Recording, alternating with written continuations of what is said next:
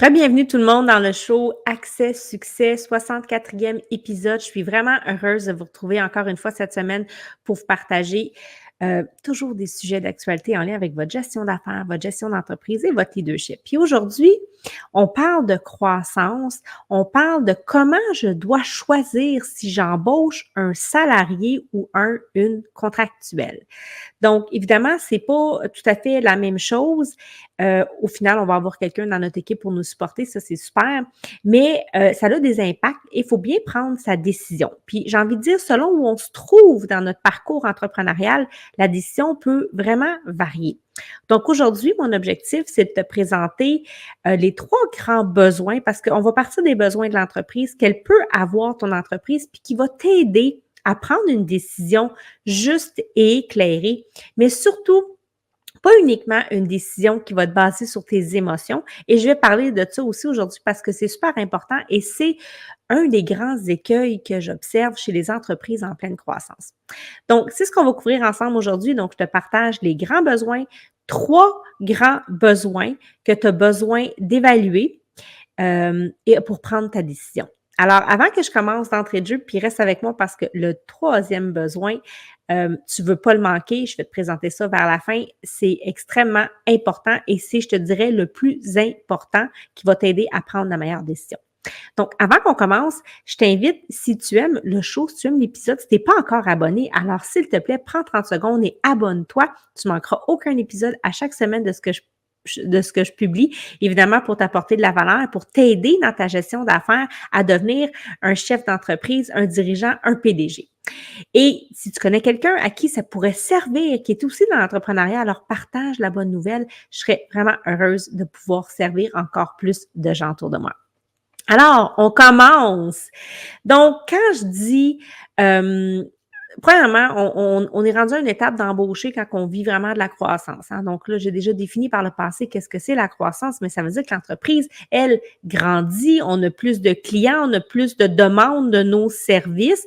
Donc, on fait des ventes, il y a une belle rentabilité. Assurément, il faut qu'il y ait une rentabilité, sinon on ne veut pas investir dans des ressources. Puis, il y a toujours une partie pris là, à évaluer. Est-ce que, oui, ça commence à être rentable? Parce qu'on va se le dire, là, embaucher une ressource, un salarié, c'est une charge importante. Puis, c'est une charge qui va revenir probablement à chaque semaine. Mais ceci dit, ce que je viens de dire, on va le développer. Donc, je dois m'assurer que je suis en pleine croissance, puis je dois m'assurer que je dois me dégager du temps, moi, en tant que leader, en tant que chef d'entreprise, PDG, parce que je suis débordée et peut-être c'est plus votre rôle là, de faire ces choses-là. Donc, comment est-ce qu'on choisit? Parce que présentement, tu as 2 options. Tu peux engager vraiment une équipe du personnel qui va être sous ta responsabilité ou tu peux faire affaire avec des contractuels. Et ça se peut que ce que je vais dire aujourd'hui, tu vas peut-être décider de faire l'option de commencer avec un contractuel qui est tout à fait correct. Et peut-être plus tard dans ton parcours, selon le besoin de ton entreprise, ça va évoluer et tu vas devoir peut-être migrer vers vraiment l'embauche d'équipe directe sous ta gestion, sous ta supervision. Donc, comment est-ce qu'on prend ces décisions-là? Hein? C'est important de le savoir. Donc, les besoins de l'entreprise, c'est toujours, elle est où mon entreprise? C'est quoi le besoin d'aide que j'ai véritablement pour faire quel type de travail, quel type de tâche, quel type de fonction? Puis là, je veux dire, ça dépend vraiment de votre modèle d'affaires parce que si vous avez besoin d'un service d'entretien, par exemple, saisonnier, saisonnier, ça peut être hiver comme été, mais pour votre emplacement physique, bien, ça se peut très bien que vous ne vouliez pas nécessairement avoir quelqu'un à temps complet parce qu'il n'y aura pas nécessairement assez de temps à offrir à cette personne-là. Donc, vous avez peut-être, par exemple, un service d'entretien ménager, de couper le gazon, de déneigement.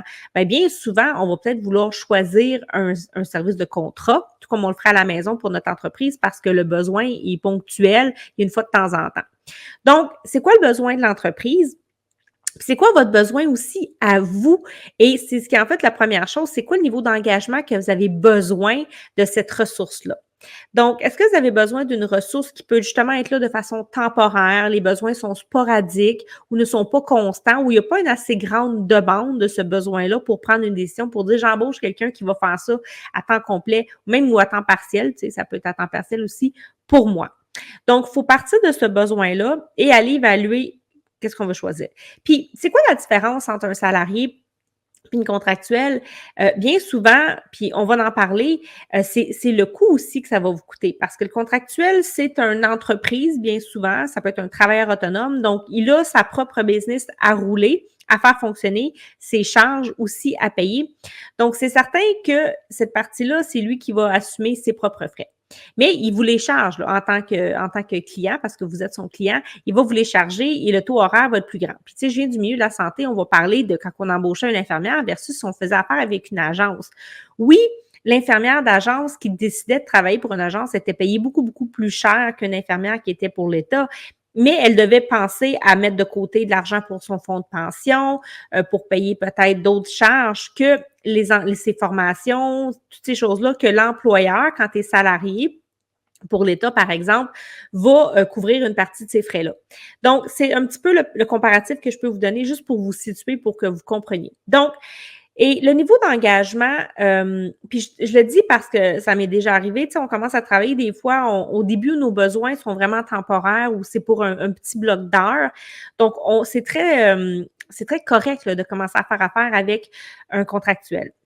Mais cette contractuelle-là, il faut comprendre qu'elle aussi elle a besoin de vivre, elle a besoin de travailler et elle va avoir probablement pas juste vous comme client, elle ou elle, là, je parle au féminin, mais en tout cas, vous comprenez, elle va probablement travailler avec d'autres aussi entrepreneurs, d'autres entreprises pour remplir son propre besoin, je veux dire, de combler ce qu'elle a à faire pour rentabiliser aussi elle-même son entreprise.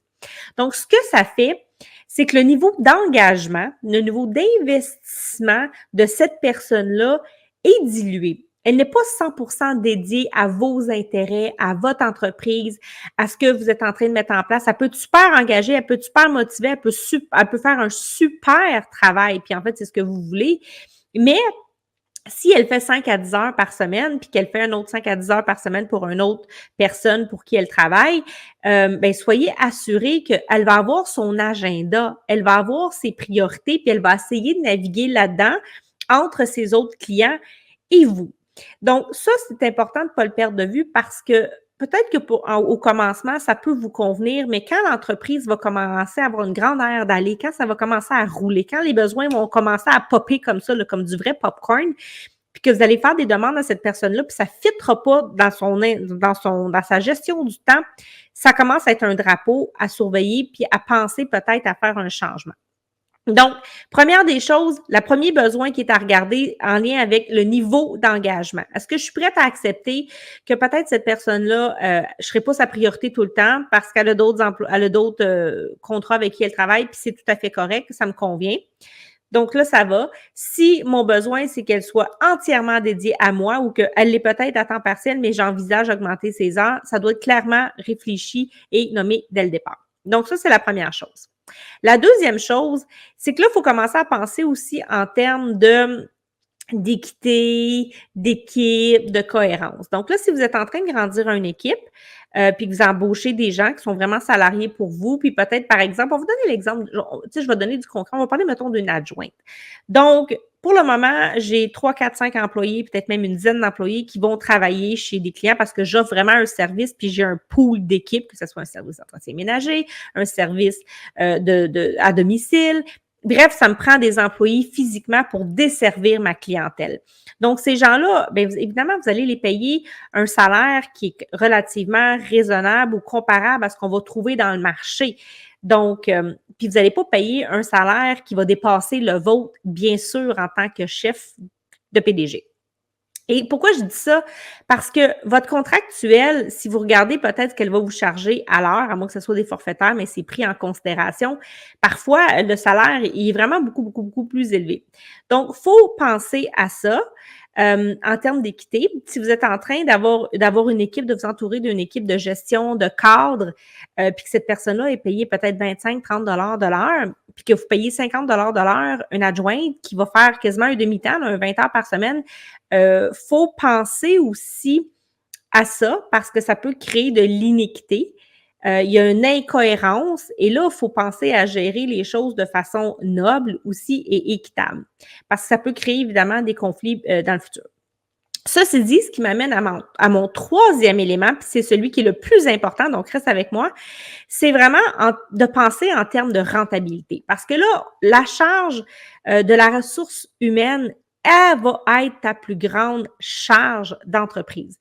La main-d'œuvre, c'est ce qui te coûtera, c'est ce qui va vraiment prendre le plus gros de tes profits, c'est vraiment les employés. Bien sûr, c'est les employés que tu vas engager qui vont te permettre de servir puis qui va te permettre aussi d'amener ton entreprise vraiment à un autre niveau. Donc, on peut pas vraiment s'en passer. Quand on est rendu là, ces employés-là, on en a besoin et ils vous permettent vraiment de scale up avec votre business, là, comme on dit.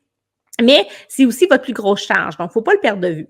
Pourquoi est-ce que je parle de ça? Parce qu'évidemment, un employé qui est salarié, que vous embauchez, vous n'allez pas la payer 50, 70 pièces de l'heure, à moins que vraiment vous payez un méchant beau salaire, puis que vous avez une équipe de gestion, puis qu'il y a un titre de directeur. OK? On va se le dire, là.